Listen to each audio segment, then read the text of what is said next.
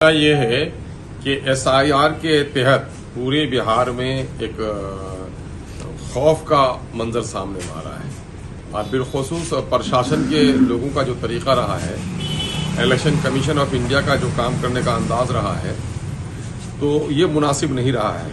Supreme court ने पहले तो सुझाव दिया था, बाद को निर्णय दिया कि साहब आप आधार कार्ड को भी वैध मान लें, लेकिन इलेक्शन कमीशन ऑफ इंडिया ने कहीं भी नोटिफिकेशन जारी नहीं किया। कोई भी ऑफिसर इसके बारे में खुलकर नहीं बोल रहे हैं। हम लोग को पता चला है कि अभी किशनगंज में 4-5 हजार लोग ऐसे हैं जिनका डॉक्यूमेंटेशन नहीं हो सका है।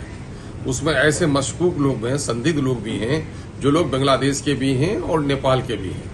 एक मामला तो ये है, सहानुभूति होनी चाहिए हमारे साथ उनके साथ कि भाई नेपाल से आपने शादी होने दिया, नेपाल के साथ कभी रोक नहीं लगाया, तो नेपाल के बारे में भी स्टैंड क्लियर होना चाहिए कि जिन लोगों के शादी ब्याह हो गए, बाल बच्चे हो गए, उनका मामला क्लियर होना चाहिए।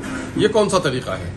दूसरा मामला है कि बांग्लादेश को लेकर के इस इलाके को भाजपा के नेता यहाँ पर सांप्रदायिक माहौल को खराब करने में, पिछले दिनों में ठाकुरगंज में भी कुछ जिम्मेदार लोगों ने इस किस्म की बातें कह दी और बिलखुसूस इसमें निशाना बनाते हैं बांग्ला भाषी मुस्लिम्स को।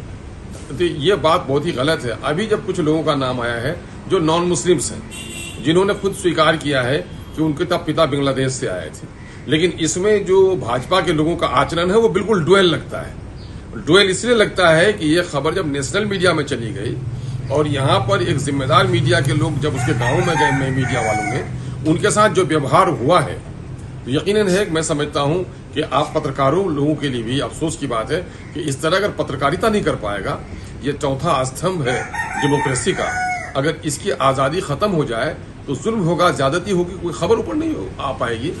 इसलिए जो उनके साथ दुर्व्यवहार हुआ है, मैं उसकी भी निंदा करता हूं, लेकिन मैं भाजपा के लोगों से ये कहना चाहता हूं कि आपका डुएल कैरेक्टर क्यों सामने में आता है?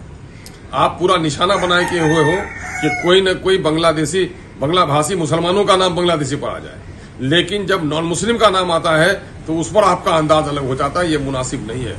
मैं प्रशासन के लोगों से भी मुतालबा करता हूं कि मीडिया के लोगों को, जो मीडिया काम कर रहे हैं सच्चाई के साथ, जो दिग्विजय करते हैं, दलाली करते हैं, उनका जो लोग असर करें, लेकिन ऐसे मीडिया के लोग, मैं मीडिया को गोया एक सर्टिफिकेट हासिल है कि उन्होंने अब तक इस अल्प अवधि में जो अपना स्थान प्राप्त किया है और उनकी न्यूज की जो सत्यता है, उनकी जो खोजी पत्रकारिता है और सीमांचल के मुद्दों को नहीं, बिहार के दूसरे मुद्दों को भी, चाहे राजनीतिक मुद्दे हों, उस मामले में जिस तरह से उसने खबरों की छान फटक कर ये किया है, तो मैं समझता हूँ बहुत सारे यूट्यूबर्स के लिए वो आइडियल बने हुए हैं।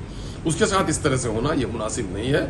मैं कह रहा हूं अब भी एसआईआर के तहत अभी बिहार में 2 मामला चल रहा है। इधर एसआईआर की जंग लोग लड़ रहे हैं और दूसरी तरफ राजस्व महाअभियान का मामला है। राजस्व महाअभियान में भी लोगों को वो सुविधाएं प्राप्त नहीं हो रही हैं, वहां पर भी दलाली चल रही है। इस मामले को देखना चाहिए।